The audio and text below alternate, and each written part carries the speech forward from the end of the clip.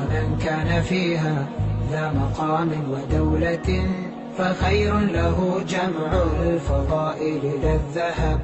تأملت والدنيا بها العجب والعجب، تروح بلا عذر وتأتي بلا سبب، فلا ظلها دان ولو طال أمنها، وسل عن هواها كل من ودها خطب، وسل عن هواها كل من ودها خطب.